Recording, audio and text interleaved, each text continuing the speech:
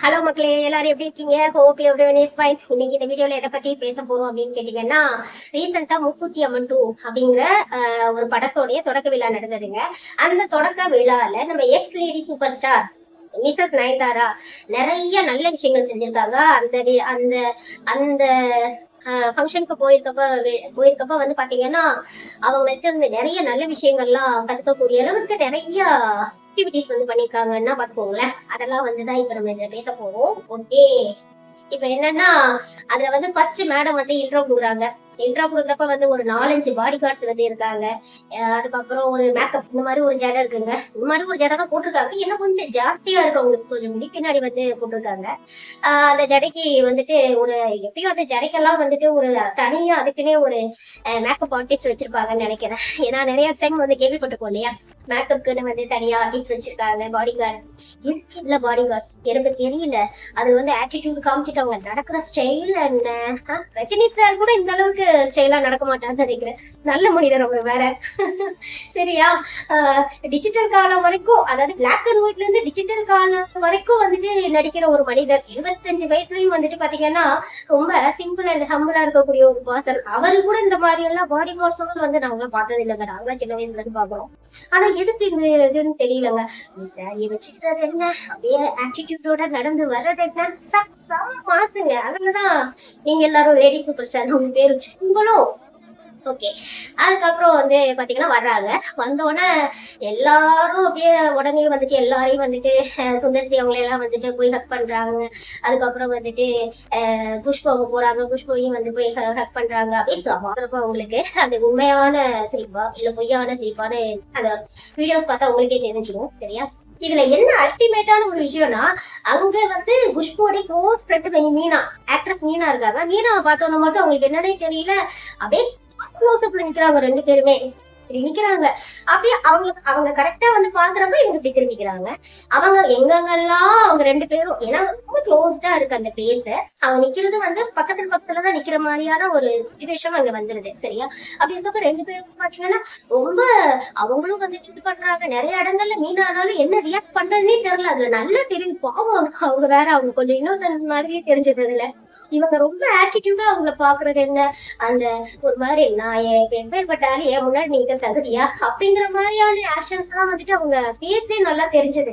அந்த மாதிரி எல்லாருக்கிட்டையும் பேசுறாங்க. யோகி பாபு போய் கை கொடுக்குறாங்க, இப்படிங்கிறாங்க அப்படிங்கிறாங்க. கடைசியில பார்த்தா மீனாவை பார்த்தா ஒண்ணுமே தெரியல. ஈவன் வந்து ஒரு ஸ்மைல் இல்ல மீனாவை பார்த்து. சரியா, மீனாவுக்கு அப்படியே ஒண்ணுமே புரியல. அவங்களுக்கு நல்லாவே தெரியுது அவங்க பேசுற. இந்த பொண்ணு எதுக்குப்பா நம்மளை பார்த்து இது வாட்டுக்கு அவாய்ட் பண்ணிட்டு போகுது, நம்ம இந்த பிள்ளைக்கு எதுவுமே செய்யலையே, எதுக்கு இந்த பிள்ளை வாட்டுக்கு நம்மள அப்படி பண்ணிட்டு இருக்கு அப்படின்னு அவங்களுக்கு தோணும் இல்லையா? சீனியர் ஆக்ட்ரஸ் அவங்க ஒரு சீனியர் இப்பெல்லாம் பண்றப்ப தோணும் இல்லையா? ஆக்சுவலா எல்லாருக்குமே இது இருக்கும்ல, எல்லாருமே இந்த மாதிரி விஷயங்களை தோணும்ல. நம்ம ஒண்ணுமே பிள்ளைக்கு பண்ணலையே, இந்த பிள்ளைய நம்ம வந்து இந்த பிள்ளைக்கு நம்ம ஹீரோயினா அந்த காலத்துல இந்த டைம் பீரியட்ல கூட நம்ம போட்டி கூட போடல, இந்த பிள்ளை எதுக்கு நம்மள பாதி இப்படி பண்ணிட்டு போகுது அப்படின்னு சொல்லிட்டு நிறைய டைம் உங்களுக்கு கன்ஃபியூஸ் ஆயிடுச்சு. ஆனா மீனா ரொம்பவே மெச்சூரா நடந்துக்கிட்டாங்க. ரொம்ப அழகா வந்து எல்லா இடங்களையுமே புஷ்பா அவங்களோட ஃப்ரெண்ட் இல்லையா, அவங்களுக்கு எந்த ஒரு டிஸ்கஸ் வந்துடக்கூடாதுன்றதுக்காக ரொம்ப அழகாவே வந்துட்டு சிரிச்சுக்கிட்டே எல்லா விஷயத்தையும் வந்து மெச்சூரா, ரொம்ப மெச்சூரா பிஹேவ் பண்றாங்க. ரொம்ப மேனரோட பிஹேவ் பண்ணாங்க மீனா. அதுக்கே ரொம்ப அப்ரிஷியேட் பண்ணணும் அவங்க. ஓகே, இந்த மாதிரி நடந்துக்கிட்டாங்க. இது எப்படி ஒரு நல்ல பர்சனுக்கு அடையாளம்னு பாத்துக்கோங்க மீனா பிஹேவ் பண்ண விஷயம். அப்புறம் இவங்க நயன்தாரா, இவங்க வந்து வந்தது லேட்டு. எப்போதும் போல அவங்க யூஸ்வலா வந்து ஒரு பாலிசி வச்சிருக்காங்க. நான் ஃபங்க்ஷனுக்கு வந்தா லேட்டா தான் வருவேன், நான் வந்து பெரிய ஆள், நான் லேட்டா தான் வருவேன், இஷ்டம்னா இருந்து பாத்துக்கோ, இல்லைன்னு போய்கிட்டே இரு அப்படிங்கிற மாதிரி அவங்களோட தாட் இருக்குமோ என்னவோ தெரியல. அப்புறம் சாமி பூஜை கும்பிட போறப்ப வந்து பாத்தீங்கன்னா அங்க வந்து ஒரு ஷார்ட் எடுக்கிறாங்க. அப்படியே வந்து எடுத்து சாமி கிட்ட பூலாம் அள்ளி போட்டு அப்படியெல்லாம் பண்ணி எடுக்கிறாங்க. அப்ப எடுக்கிறப்ப இந்த அம்மா வந்து பாக்கணுமே செருப்போடே போயிட்டாங்க சாமி கிட்ட. சாமி கிட்ட போய் சாமி தொட்டெல்லாம் ஊடுறாங்க. என்னம்மா பிரயோஜனம் நீங்க தொட்டு விட்டுட்டோம்? தெரியாம தான் கேக்குறேன், என்ன பிரயோஜனம்? இத்தனை பேரை வந்து இவ்வளவு ஆட்டிடியூடோட போய் சாமி கும்பிட்டு, ஓ நம்மள சாமி எதுவும் பண்ணாது, நம்ம தான் ஆல்ரெடி பணக்காரங்களா இருக்கோமே, அதனால வந்து நம்ம யாரும் உலகத்துல நம்ம எது பண்ணுவோம். நமக்கு 40 வயசாச்சு, 40 வயசானாலும் நம்ம ஹீரோயினா இருக்கும். அப்ப யாரும் ஒண்ணும் பண்ண முடியாது, சாமியால கூட நம்ம ஒண்ணும் பண்ண முடியாது அப்படிங்கிற தாட்டு தானே உங்களுக்கு. அப்படிலாம் நினைக்காதீங்க, அப்படிலாம் நினைக்காதீங்க. மக்கள் இருக்க வரைக்கும் தான் எல்லாமே. மக்கள் ஒரு நிமிஷம் இப்பெல்லாம் நீங்க எல்லாம் நார்த் சைட்ல இருந்து வந்துட்டு எல்லாரும் பெரிய ஆளாயிட்டு கடைசியில எங்களுக்கே ஆப்பு வைக்கிறீங்கல்ல தமிழ்நாட்டு மக்களுக்கு. மக்கள் பாத்துக்கிட்டே இருக்காங்க. மூக்குத்தி அம்மன் வந்து 2 அப்புறம் வந்து நிறைய இண்டஸ்ட்ரியில இருக்கவங்கள்ட்ட ஒரே ஒரு கொஸ்டின் தான், ஏன் நயன்தாரா மட்டும்தான் உங்க கண்ணுக்கு தெரியுறாங்களா? இப்படிதான் எல்லாரையும் நீங்க பண்றீங்க.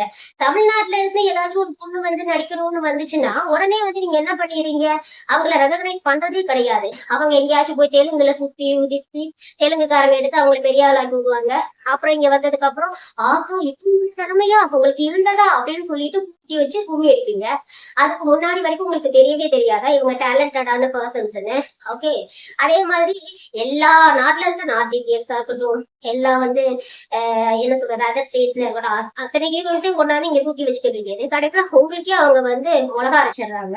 இதெல்லாம் என்ன சொல்றது, நீங்களே பாத்துக்கோங்க. இந்த டேரக்டர்ஸ் எல்லாம் நல்லா தயவு செஞ்சு இந்த வீடியோ வந்து இதுவரைக்கும் யாருமே லைக்கும் போடல, யாரும் ஈவன் வந்து சப்ஸ்கிரைப் பண்ணல. நான் எப்போதுமே அந்த விஷயத்த நான் சொல்ல மாட்டேன். இந்த விஷயத்தெல்லாம் தயவு செஞ்சு வந்து இந்த சினி ஃபீல்டுல இருக்கவங்களுக்கு கொஞ்சம் காதுல வந்து பஞ்சு வச்சிருக்காங்களா இல்ல என்னன்னு தெரியல, ஈயத்தை காய்ச்சி ஊத்துற மாதிரி அவங்களுக்கு எல்லாம் தெரியப்படுத்துங்க, சரியா?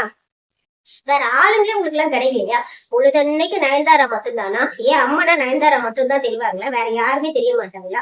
40 வயசுல நயன்தாரா ஹீரோயினா அம்மனா ஏத்துக்கிற மக்கள் ஏன் மீனாவை ஏத்துக்க மாட்டாங்களா? அதெல்லாம் நீங்களா பண்ணிக்கிறது தானே, நீங்களா ஒருத்தங்களுக்கு இடம் கொடுக்கறது தானே.